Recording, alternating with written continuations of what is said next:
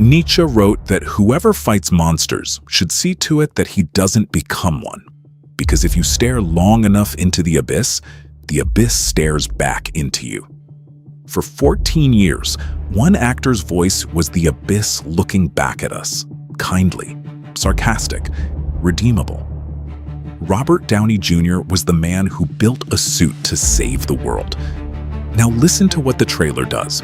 Before you see a single frame of his new face, you hear his voice. Something's coming. Cold, deliberate, already crowned, narrating over footage of heroes he used to stand beside. Iron Man is dead. What's speaking now calls itself Doom. This is a Jungian move, and I don't think it's an accident. Dr. Doom isn't a new villain wearing a familiar actor's face.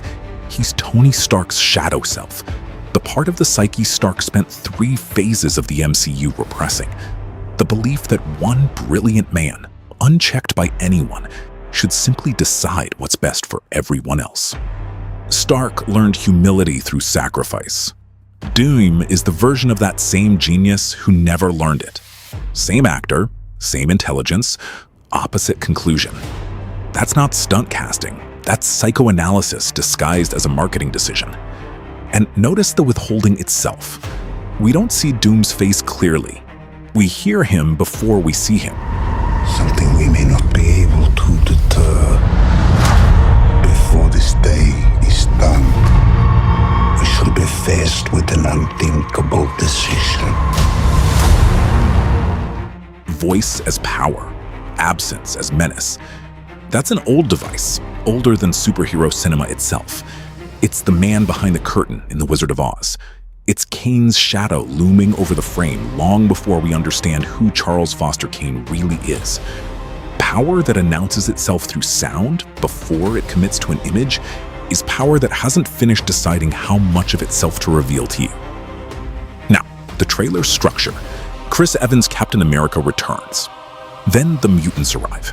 Rebecca Romijn's Mystique, a character built entirely around the idea of unstable identity, literally shifts into Yelena Belova mid-frame.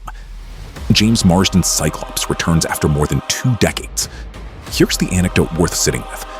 This is the first true Avengers ensemble film in 7 years.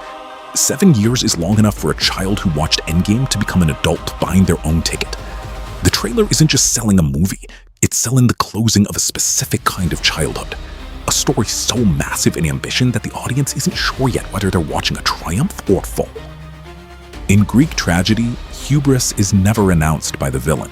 It's revealed through how the world around him starts to bend. Doom doesn't need to declare his war. The trailer does it for him. Heroes from dead timelines, resurrected legacies, fractured teams, all pulled into one gravitational center because one man decided the multiverse should answer to him. Every myth about a man who declares himself God ends the same way. Icarus, Prometheus, Faust. The question this film is actually asking, underneath the spectacle, is whether the smartest man in every universe can be stopped by anyone who isn't, in some way, also him.